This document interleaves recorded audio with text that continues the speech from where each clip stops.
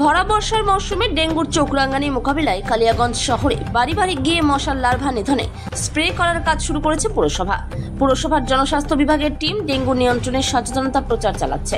শহরের ড্রেনগুলি পরিষ্কার করার পাশাপাশি জঙ্গলঝাড় সাফাই করা হচ্ছে এবং সচেতনতা বৃদ্ধির লক্ষ্যে শহর জুড়ে সচেতনতামূলক ব্যানার লাগানো হয়েছে, যাতে করে ডেঙ্গুর মশার বংশ বিস্তার না করতে পারে কোনোভাবেই।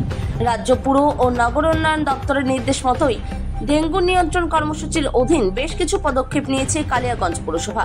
পুরপ্রধান রামনিবাস সাহা বলেন, প্রতি বছর ডেঙ্গু নিয়ন্ত্রণে বিভিন্ন পদক্ষেপ গ্রহণ করা হয়।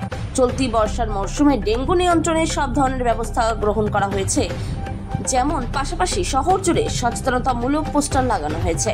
ডেঙ্গু ভাইরাস মশাবাহিত, তাই মশার বংশ বিস্তার রুখতে কি করণীয় তা নিয়ে সচেতনতা বৃদ্ধি করতে প্রতি মাসে 10 দিন বাড়ি বাড়ি যাচ্ছেন পুরকর্মীরা। ডেঙ্গু নিয়ে কি ধরনের প্রস্তুতি গ্রহণ করেছে?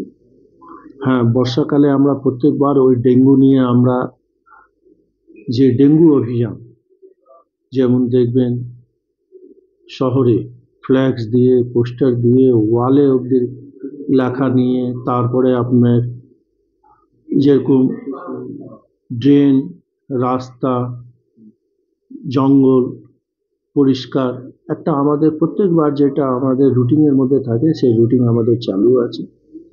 আর মাসে 10 দিন আমাদের যে ডেঙ্গু ওয়ার্কার আছে তারা প্রত্যেকজন বাড়ি বাড়ি যায়, ওনাদেরকে বোঝানো যে কোথাও জল থাকতে দেবেন না, নোংরা থাকতে দেবেন না, পরিষ্কার পরিচ্ছন্ন রাখুন, যাতে ডেঙ্গুর সাথে সাথে এমনিও কোনো মশা উৎপন্ন না হয়, সেই ব্যবস্থা আমরা করি।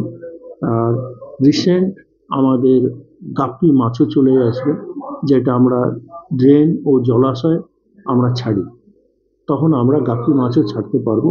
আপনাদেরকে তখন ডেকে নিব, আমি ডেকে নিয়ে গাপ্পিও করব।